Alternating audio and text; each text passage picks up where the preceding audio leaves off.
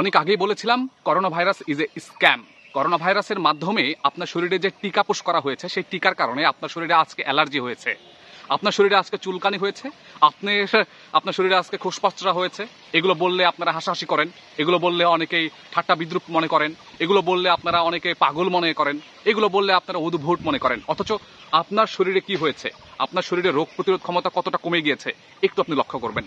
শুধুমাত্র কয়েকটা উদাহরণ দিলে আপনারা বুঝতে পারবেন। নাইজেরিয়াতে একবার 200 জনের উপর টিকা প্রদান করা হয় এবং 200 জনের টিকার মধ্যে প্রায় 100 জনই মানুষ মারা যান। সেই হিসাবটা কি আপনারা রাখেন? সোমালিয়ায় বলেন বা আফ্রিকায় বলেন বা বিভিন্ন জায়গায় টিকা পুশ করে তাদেরকে শেষ করে দেওয়া হয়। আপনি কি কখনো লক্ষ্য করেছেন?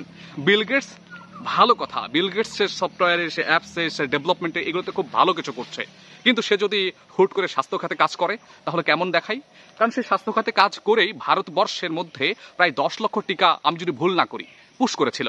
সেখানকার বেশিরভাগ মানুষের, বেশিরভাগ শিশুদের, বেশিরভাগ বাচ্চাদের কি হয়েছিল আপনারা একটু মিলিয়ে নেবেন, একটু সার্চ করবেন, একটু পড়াশোনা করবেন।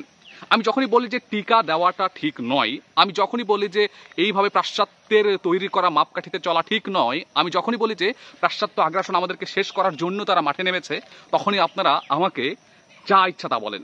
অথচ আপনারা পড়াশোনা করেন না, অথচ আপনারা গবেষণা করেন না, অথচ আপনারা 2-1টা আর্টিকেলও দেখেন না, আপনারা ইতিহাস সার্চও করেন না।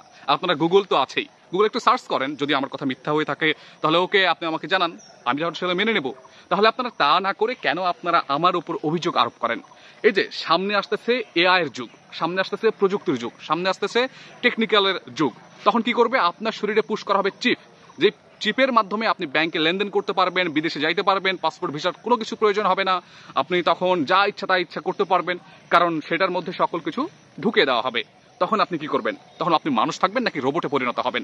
এই ব্যাপারটা ইলন মাস্ক থেকে শুরু করে আরো অনেক বিখ্যাত বিখ্যাত মানুষরা এটা স্থাপন করার জন্য প্ল্যান পরিকল্পনা গ্রহণ করেছে। সেগুলো অচিরে তারা বাস্তবায়ন করবে। যদি এগুলো হয় তখন আমি অবিশ্বাস করব না, যদি এগুলো হয় তখন আমার কাছে অবাক হওয়ার মতো কিছু হবে না, কারণ আমি সেগুলো আগে থেকে জানছি, আমি সেগুলো নিয়ে আগে থেকে বুঝতেছি যে আসলে এরকম কাহিনীগুলো ঘটবে।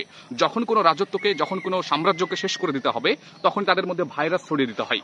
যখনই তাদের সঙ্গে পেরে ওঠা যাবে না, যখন তাদের সঙ্গে যুদ্ধে পারবো না, তখন তাদেরকে টেকনিক্যালের মার দিতে হয়।